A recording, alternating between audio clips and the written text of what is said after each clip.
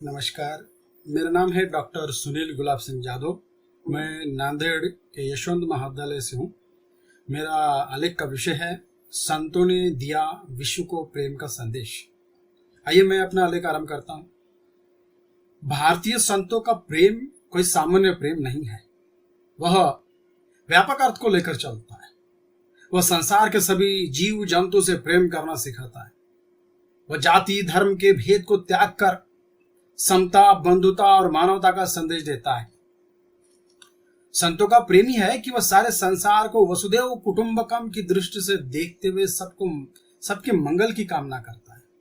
सर्वे भवन्तु सुखिनः, सर्वे सन्तु निरामय, सर्वे भद्राणि पश्यन्तु मां कश्चिद दुःख भाग भवेन।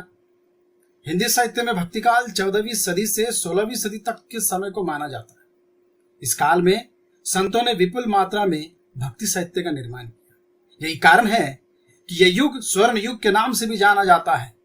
भक्ति काल का उदय ही भारतीय पराजय और पराधीनता के कारण उत्पन्न निराशा, हताशा, जाति धर्म संप्रदाय भेद आदि के कारण हुआ था।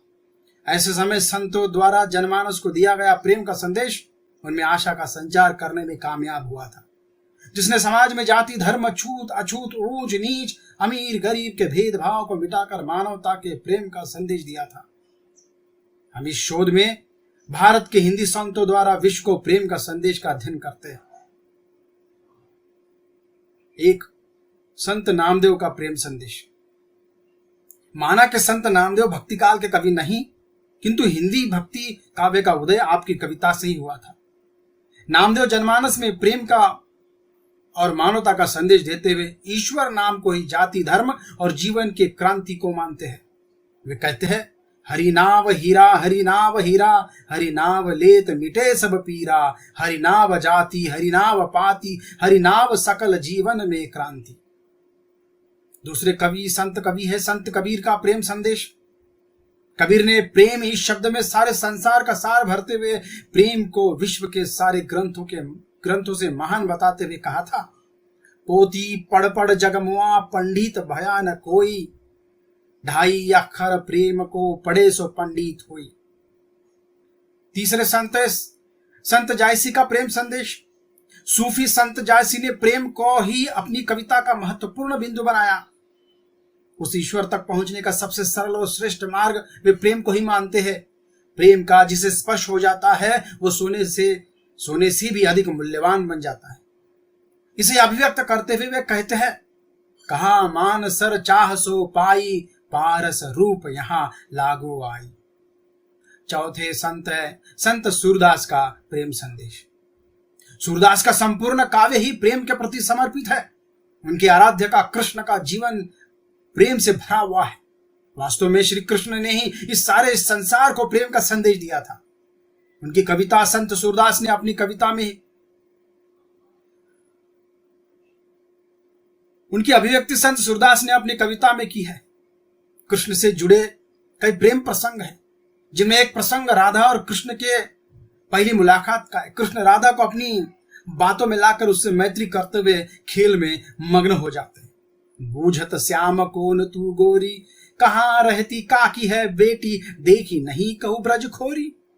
काहे को हम ब्रज तन आवती, खेलती रही अपनी पोरी, सुनत रहती श्रवणनी, नंद ढोड़ा करत फिरत माखन दरी चोरी। तुमरो कहाँ चोरी, हम ले है खेलन चलो संग मिली जोरी। सूरदास प्रभु रसिक शिरोमणि, बातनी भुरई राधिका भोरी। 5, संत तुलसीदास का प्रेम संदेश। तुलसीदास का संपूर्ण काव्य ही आदर्श लोक मंगल समन्वय एकता के भाव को लेकर चलता है, जो प्रेम के व्यापक अर्थ को ही अभिव्यक्त करता है।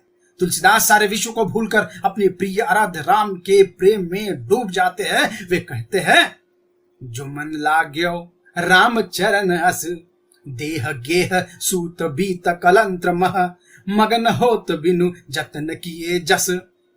प्रेम ऐसा हो कि सब कुछ भूलकर अपने प्रिय के प्रेम में डूब जाए। छठा है संत मीराबाई का प्रेम संदेश। संत मीराबाई तो कृष्ण की प्रेम दीवानी थी। वो कहती है, हिरी माँ दर्द दीवानी, मारा दर्द न जान्या कोई, घायल रीगत घायल जान्या, ही उड़ो अगन संजोय, जोहर की गत जोहर जाने, क्या जाने जिन खोए। उन्होंने कृष्ण के प्रति अपने आप को समर्पित करते हुए घोषणा ही कर दी थी कि मेरे तो गिरधर गोपाल दूसरा न कोई, जाके सिर मोर मुकुट मेरो पति होई। वस्तुतः वर्तमान विश्व और भारत की वास्तविक तस्वीर जब हम देखते हैं तब हमें संतों के उस प्रेम के संदेश की आवश्यकता महसूस होती है। यदि हम संतों के प्रेम के मार्ग पर चलेंगे तो विश्व में जाति धर्म वर्ण वर्ग भेद समाप्त हो जाएगा, मानव से प्रेम करने लग जाएगा, जिस कारण विश्व और भारत की प्रगति होने से कोई भी नहीं रोक सकता। धन्यवाद, नमस्कार।